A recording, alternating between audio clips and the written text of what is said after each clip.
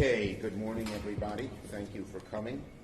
And I'm proud to be joined by Marcella Mulholland. He said it was a difficult name to pronounce. He must not know. He's Italian, you're Irish, I guess. Yes, so my bad. that's fine. I said I don't want to mess up the name. Okay. But anyway, Marcella Mulholland, who's the political director of Data Data for for Progress. Progress, a great organization. And we're going to talk about three things. We're going to talk about climate. We're going to talk about the recent stock market problems and just a brief sentence or two on the upcoming week in the Senate.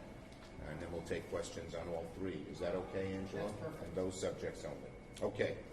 So first, this week, as everybody knows, President Biden announced some executive actions on climate, critical measures that will increase the conservation on federal lands, reduce oil and gas development, and place environmental justice and green jobs at the center of our nation's climate policy. And guess what came back to Washington? Science. Science, welcome. You're back, and you will help guide how we do deal with the issues of global warming and climate change. So thank you.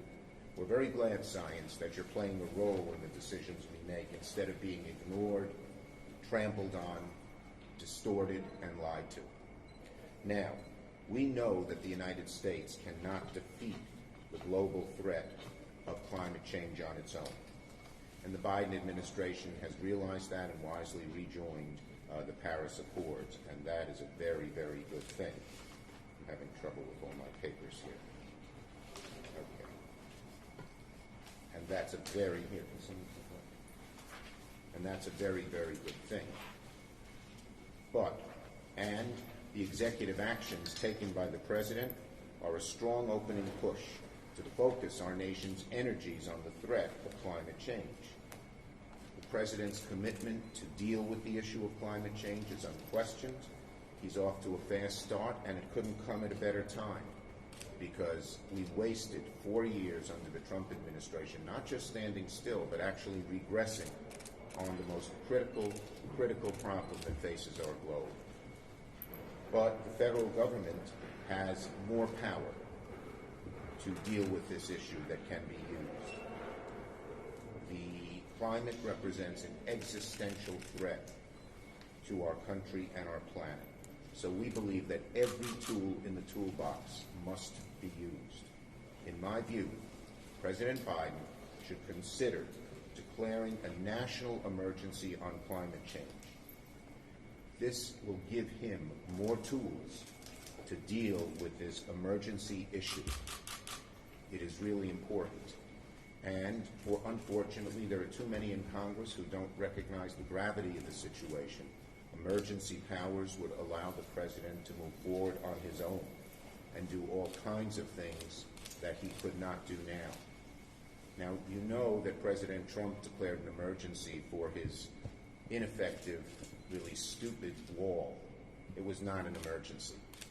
But it shows that it was upheld by the courts, and it shows that the President can declare emergencies. Well, climate is a real emergency, and I believe the President has every right to do it. This would acknowledge, very, very importantly, that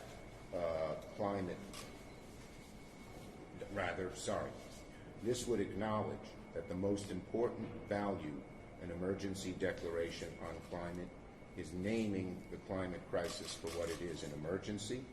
It would allow the President to tap additional resources. It would allow him to, for instance, give all kinds of loan guarantees for clean energy that would get things moving far more quickly than they are moving now. And he could do a whole lot of other things. There's a panoply of very strong, important actions that once an emergency was declared, the White House would do. Financing for clean energy projects and loan guarantees would help. Japan, New Zealand, the United Kingdom have already declared emergencies, so this is not out of the clear blue.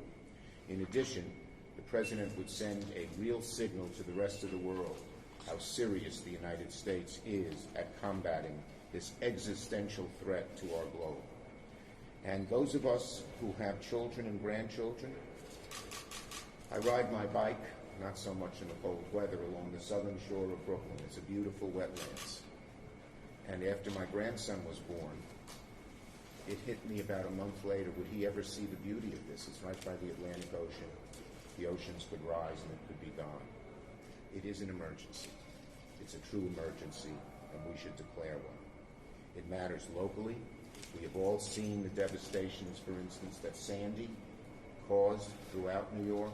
We have seen the devastations of the wildfires out west. We have seen many more floods and different kinds of hurricanes that are more virulent. America knows that we're in a crisis on climate. A great answer, an effective answer, would be for the President Biden, to declare climate an emergency, take the many actions he can under it, and help us really address this most serious crisis. So with that, let me call on Ms. Mulholland, and she is an expert on this issue. Go ahead, Marcella. And then Marcella, just spell your first name and last name for the cameras before you start. Okay, great. Marcella, then last name is Mulholland. And your title. Political Director for Data for Progress. Data for Progress is really one of the smartest organizations on issues like this. That's why we have Marcella here. And they have wide reach, as you will see, as they put their stuff online. Sure will. Hi, everyone. My name is Marcella Mulholland. I am the Political Director of Data for Progress. We are a think tank that aims to empower the progressive movement with insights on public opinion and perspectives on policies that can help progressives win. We are proud to have worked with Majority Leader Schumer, it feels good just to say that, and others to advance progressive climate policies. I'm also here in a more personal capacity as a young person who has been part of the climate movement for all of my adult life. And it's incredibly refreshing and hopeful to see an elected official take the climate emergency seriously and treat it with the urgency that it deserves. Just a quick anecdote on this. Like other Gen Zers, they call us Zoomers sometimes, my coming of age has been deeply shaped by global warming. Back when President Trump won the 2016 election, I was a freshman at the University of Florida. I'm originally from South Florida, and I was so outraged and scared and so new to activism that the week after the election, I literally went to school wearing a sign that said climate change is real. I just had a little sign and I got my Sharpie and I wore it to class. I used up most of my social capital there. But well, today I might be more sophisticated in my understanding of politics and of the significance of leaders like the senator. At heart, I still feel like that freshman that was worried about my future, but hopeful that with truth and with leadership and good and popular policies, that we could help bring about brighter days. And hopefully those brighter days are coming, but the reality is that we are living in a climate emergency, and we need to leverage all of the powers of the federal government to tackle this crisis. There really is no time to waste. We need an all-out government-wide mobilization to stop climate change. We need to use the powers vested in Congress and the executive to grow clean energy, to create good jobs, and to ensure that everyone is afforded the dignity of breathing clean air and drinking clean water. These are human rights that everyone deserves. Across the country, and right here in New York, we are on the precipice of a historic breakthrough. But as we look to create jobs, as we look to create opportunities and prosperity in the clean energy economy of the future, we need to make sure that no one is left behind. Not the workers who built the fossil fuel economy, and not the poor communities and communities of color that were polluted and left behind by it. New Yorkers know this well, from NYCHA residents whose apartments are still damaged from Hurricane Sandy, to kids in the Bronx who suffer from some of the highest asthma rates in the country. As just one of the New Yorkers inheriting this imperiled world but resolved to fight for it, I want to say thank you to Senator Schumer for standing and fighting with and for us. Thank you. Thank you, Marcella. And Data for Progress and Marcella point out, first, data, very important, science. Woo! But second, the climate movement involves, of course, the need for green change. But it involves involving workers and making sure they get good paying jobs.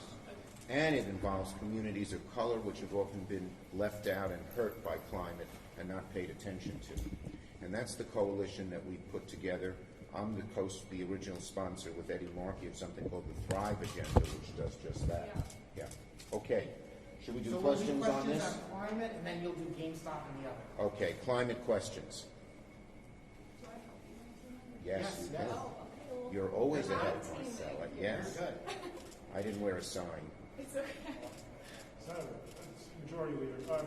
We saw news this week that General Motors announced that they're going to be eliminating To electric. to electric by 2035. Do you see that as an example of more the type of policy Yes. the private sector could be? In fact, I introduced something called Clean Cars for America. And under Clean Cars for America, it is believed that no internal combustion engine will be sold by 1930 and no internal combustion engine will be on the road by 2040.